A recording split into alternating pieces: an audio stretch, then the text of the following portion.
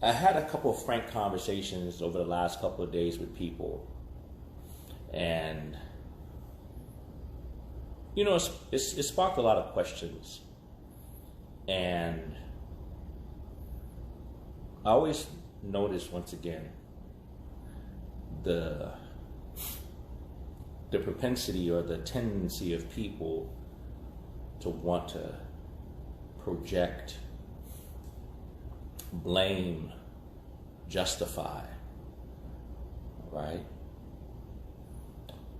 But true transformation, people make changes out of necessity,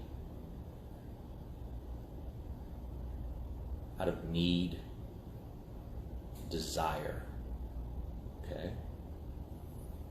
And I always say when someone doesn't really desire to be where they are, right, anymore, that is the true genesis of your transformation, the true genesis of your growth, your change. My dad always used to say, necessity is the mother of all invention. Necessity is the mother of all reinvention too. Somebody wants to reinvent themselves, a lot of times it's because it's necessary.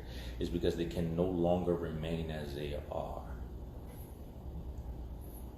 But for Transformation Tuesday, I have a couple of questions for people. Simple questions that you need to ask yourself if you want to truly transform, if you want to truly get your train back on the tracks, if you will. Very simple. What's stopping you from being the best, healthiest version of yourself? When you're about to eat food that you know is bad for you, what are you thinking? Why do you do it? What's the disconnect? Be honest with yourself. Stop running away from the problem. You're the problem. Okay? When will you start treating yourself better? Treating yourself like the most important thing in your life? When will you start actually making decisions for the betterment of your well-being, physically, psychologically, spiritually? And if you don't treat yourself like the asset that you are, if you don't give yourself the best that you have to offer, why is it that you expect anyone else to do that? You have to treat people. You have to actually teach people, You have to teach people how to treat you. The best way to teach people how to treat you is to show them how you treat yourself. If you treat yourself as important, if you put yourself first, if you treat yourself like a priority, if you put yourself in a certain position, a hierarchy in your life, anyone that comes into your life has no choice but to follow suit. And if they don't follow suit, it makes it very clear to you that they don't belong in your life.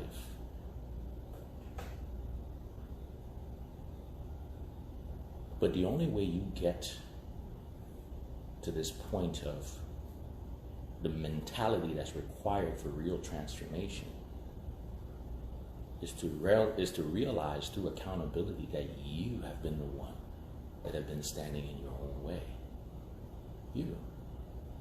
You are your biggest problem.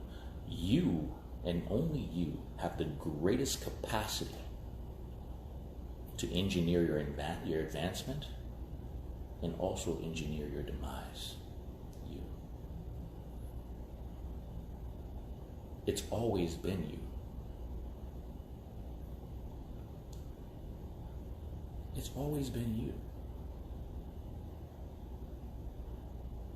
I have this conversation with so many clients so many times when they want to blame, oh, my mother died and that's why I gained weight.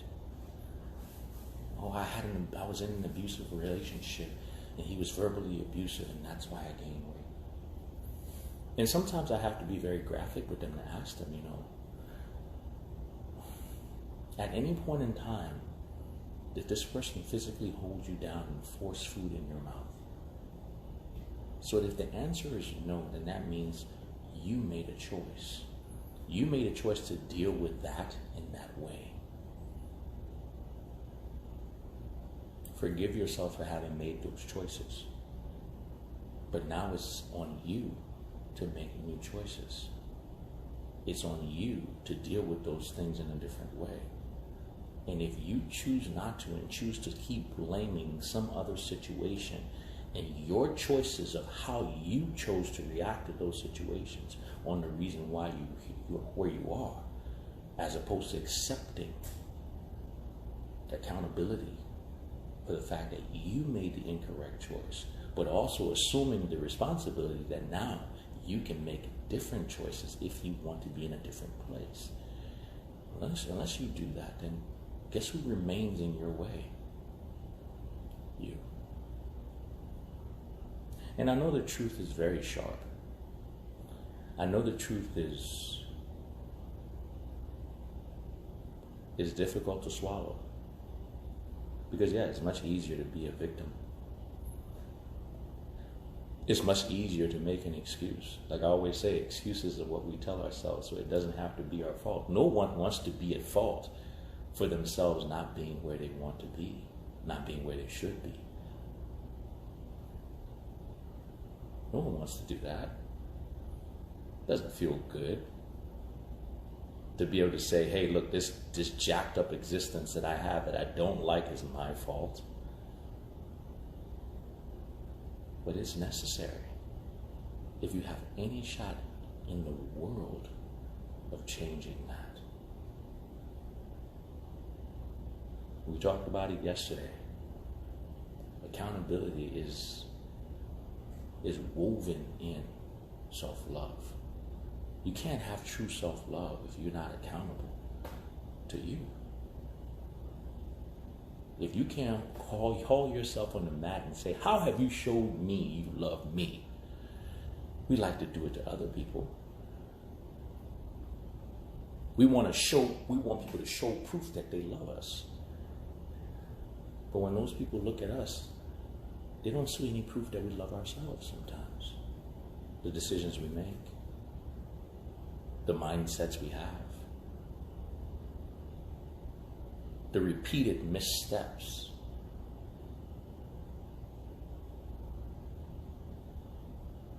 And we can't lie to everyone. And a lot of times the biggest lies and the most dangerous lies that we have told are the ones we've told ourselves. Imagine the person who has lied to themselves and deluded themselves to the point that they actually think that sitting there and poisoning themselves on a daily basis when you know better. It's different if you don't know better, all right? If you don't know better, you can't fault a person for what they don't know. But when you know something is not good for you, and you continue to do it, but yet want to hold yourself up as someone who loves themselves, what level of delusion are you under? Number one, that you believe it. And number two, that you expect other people to believe it as well. And then you will get upset when they don't believe it.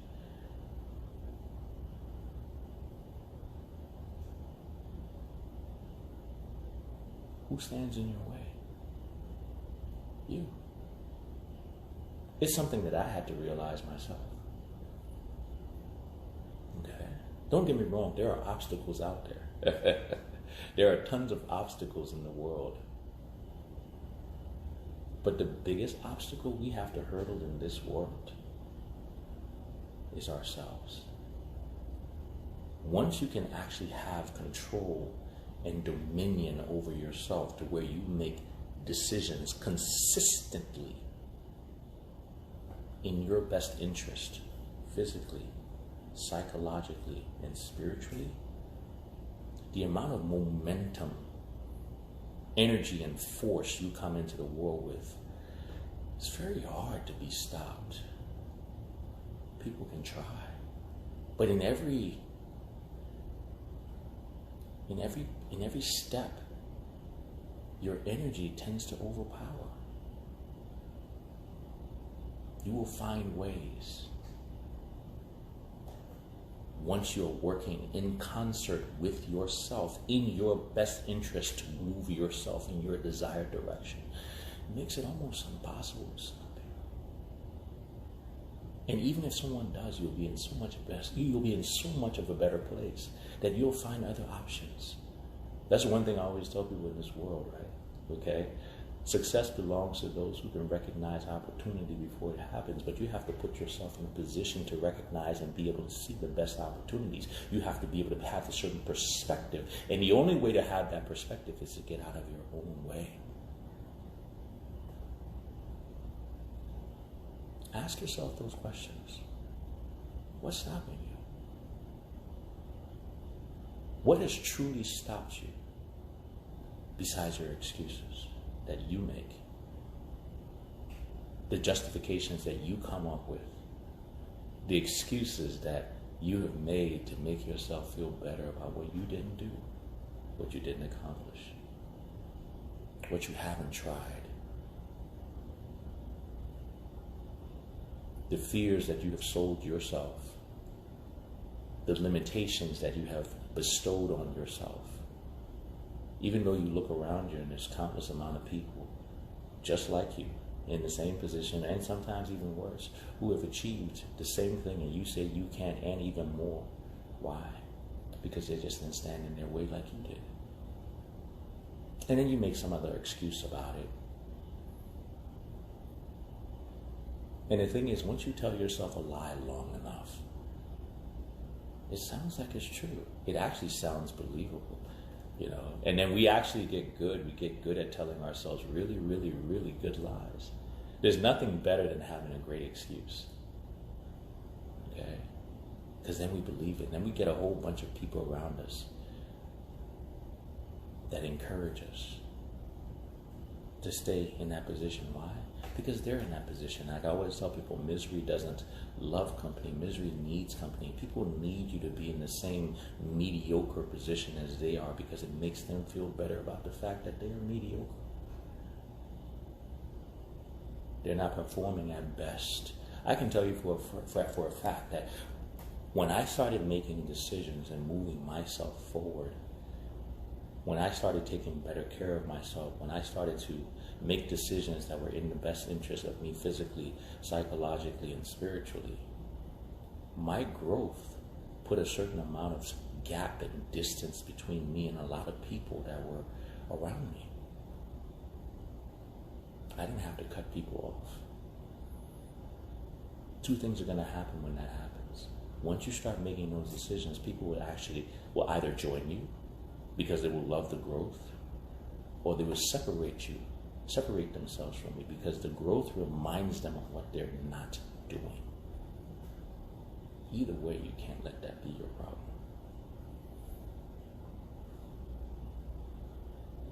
What's stopping that from happening? You. I always tell people this, most people never peak in life. And I always talk about this. This is the thing that I'll be honest with you, the thing that keeps me up at night most, the thing that worries me most about me, it's not death. I don't fear death at all. What I fear is not reaching my full capacity. That is my only fear in life. Not reaching my full capacity. Not taking advantage of all the assets that I have as a man, and bringing all those assets, all those features, all those talents, all those skills, all that mindset, not bringing it to bear at its best and point simultaneously to take advantage of all the things that I can take advantage, so I can be a better asset to myself, and therefore a better asset to you. Because that's what I believe my calling in life is to be an asset to the world. The only way to do that is to maximize my capacity. That's what keeps me up at night. don't really worry about money. Making money has never been a big thing for me. It's one of those things. It's a bad habit I got from my dad. I mean, yes, I grew up as a child with means, right? But I also had the luxury of losing all my money. Well, we had the luxury of losing all our money due to war. So I realized that, as my dad used to say, money is fragile. It comes and goes. You can't make your life about money. Your life is about integrity. Your life is about your name. Your life is about your character. Your life is about your worth. Your worth is not wrapped up in money. It is nice to have, yes, but you can't make that your end-all, be-all. All right, so yeah, money has never been the issue for me. It's capacity. It's capacity. Imagine being capable of greatness and then not attaining it. Being some version, a lesser version of that. All right. Body Rocked 8 said he peaked in college. No, you didn't. Most men don't really peak until 40. That's it. Most men, first of all, let's get something. Most men don't peak. Okay? Most people don't peak. That's just a sad and honest fact. Most people don't peak. All right?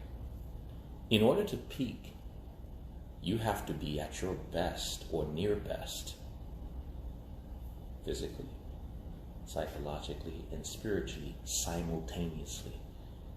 An 18-year-old, a 21-year-old can never be psychologically and spiritually peaked. Sad, but true. You have to live life. You have to get bumped, bruised, tested. You have to be run through the mill. And even after that, you have to maintain a certain level of physicality. You have to maintain a certain psychological edge and advantage. You only gain that after you have been tested. And then you have to rise above and have a certain level of view and spirituality that actually brings all those two together and makes you into who you are. Most men don't ever peak because sooner rather than later, when they get bumped and bruised, they lose the physicality. They lose that psychological edge. They don't attain a certain level of spirituality because everything becomes about self, self, self. They go into survival mode. That's what happens to most people. Most people sink into survival mode, and you cannot survive and thrive. Okay? It's almost like most people spend their entire life treading water, right? You can't tread water and then get somewhere.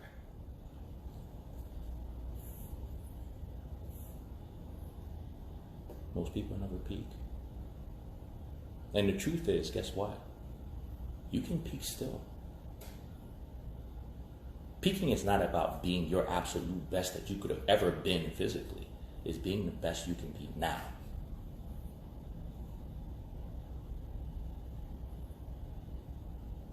The best you can be physically now. The best you can be psychologically now. The best you can be spiritually now. Are you maximizing all three of those simultaneously? Because if you're not, then you're not peaked. And that's what scares me. And I know the only person that stands in my way of being able to be the best possible package as a man that I can be is me. And I task myself with that every single day. I question myself. I critique myself. I push myself. I criticize myself sometimes. A lot. All right? And maybe I should celebrate myself more, but I don't really do that because I know I have that much more work to do. Someone says it's very hard when you're growing and your spouse is not. It's not hard. You got to let people do what they got to do. That's one of my biggest problems I had earlier in my life. I try to bring people along on the journey.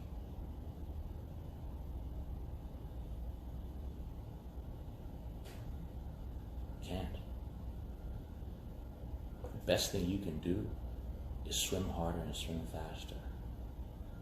And those who are meant to come along on the journey will come. And those who are not, unfortunately, will be left behind. You don't owe your life to anyone.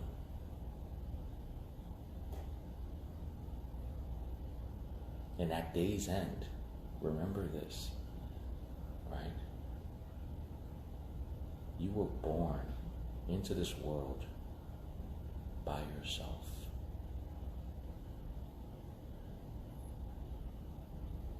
And believe it or not, when you die, you're going to die alone. And the only thing that's going to matter is what you did between those 2 dates. What level of capacity did you attain? And how did you use that capacity for the betterment of not only yourself, but the world? Everything else is minor details. Everyone else is minor details. No one else is guaranteed but you. And if you want and you allow other people, situations that are outside of you to dilute your potential, who's to blame? You. If you worry about people's feelings and it doesn't make you achieve the capacity that you are destined and designed to achieve, the things that you have within your capacity, if you don't attain those things, whose fault is that? You. You can't walk around and keep blaming other people for the things you didn't do for you, unless they're physically stopping you. And if they're physically stopping you, then remove yourself from their presence physically.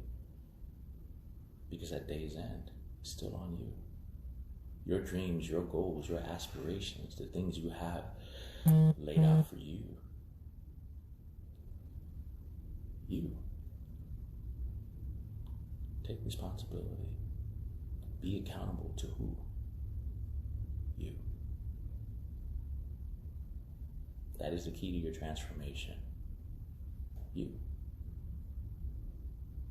Stop making it about everybody else. Stop making it about everything else. Stop trying to shift the blame. Stop giving the credit. It's you. And the sooner you grasp that, the sooner you assume the power.